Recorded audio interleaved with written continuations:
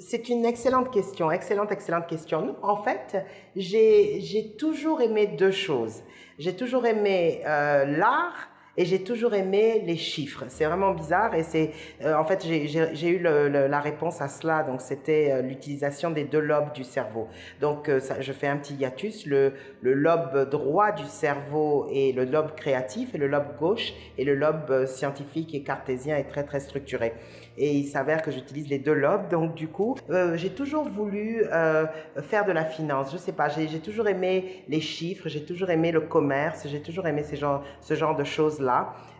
Et avec la touche humaine. Donc, ce que je voulais faire, parce que la finance est très très vaste. Hein, la finance est très très très très vaste.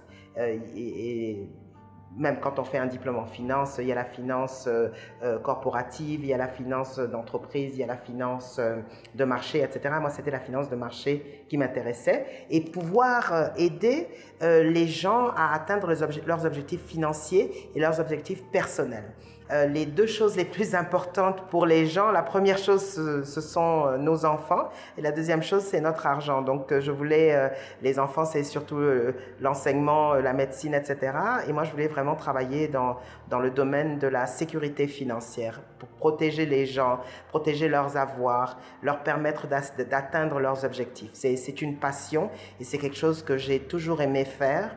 Et voilà, donc j'ai pas vraiment été inspirée par quoi que ce soit, c'est juste que naturellement j'ai toujours été attirée par ce domaine en plus du domaine de l'art et vraiment la finance disons d'investissement, c'est je dirais 60% de science et 40% d'art parce que les marchés fluctuent souvent pour des raisons qui ne sont pas vraiment rationnelles.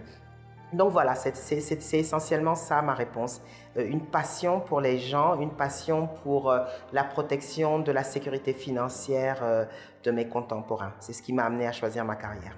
Je voulais également ajouter quelque chose que j'ai oublié de dire et que vraiment au cours de ma carrière j'ai vu et que je vois tous les jours parce que mon travail est de protéger et faire fructifier les avoirs de gens qui ont travaillé très très dur. Donc moi je suis dans la gestion de fortune et dans la gestion d'actifs et d'avoirs de personnes qui ont beaucoup travaillé et qui ont eu beaucoup de succès dans leur vie. Et donc ce que j'ai remarqué, c'est qu'un métier, une carrière se choisit par passion. Évidemment, dans l'environnement africain, c'est pas nécessairement toujours facile à exécuter parce qu'en général, bon, à cause de la précarité ou de la difficulté de trouver des postes, disons, de responsabilité, en général, il arrive qu'on prenne le premier poste qui se présente. Mais quand même, à la base, ce que je peux dire, hein, c'est de choisir quelque chose qu'on aime, quelque chose qu'on aime. On dit souvent celui qui fait ce qu'il aime n'aura jamais travaillé. En fait, c'est ça. Et un conseil que j'ai reçu vraiment d'un de mes mentors préférés, vraiment, j'ai reçu beaucoup de conseils, mais le conseil que je veux vraiment partager là en ce moment, c'est que faire un travail qu'on ferait même si on n'était pas payé. Et une fois qu'on fait un travail qu'on ferait même si on n'était pas payé, alors là, c'est vraiment le succès exceptionnel. Donc, par exemple, si on est médecin et qu'on serait médecin, même si on gagnait à la loterie, ça veut dire que vraiment la médecine c'est un calling. Je sais pas comment on dit ça en français, mais c'est vraiment un appel quasi divin. Voilà. Donc, si on est artiste, que ça soit quelque chose qu'on a choisi, si on est banquier, que ce soit quelque chose qu'on a choisi, pas simplement pour des raisons financières, mais par passion d'abord et évidemment tout suit, hein, tout, le succès suit par la suite. Si on est ingénieur, c'est parce que quand on était petit, on aimait construire, on aimait faire les choses, si on est architecte, etc.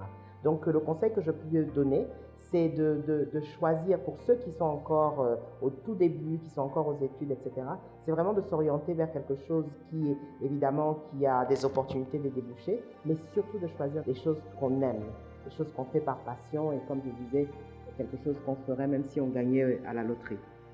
Et moi, vraiment, même si je gagne à la loterie des milliards, je serai toujours une banquière d'investissement et je continuerai à faire mon travail avec amour et passion.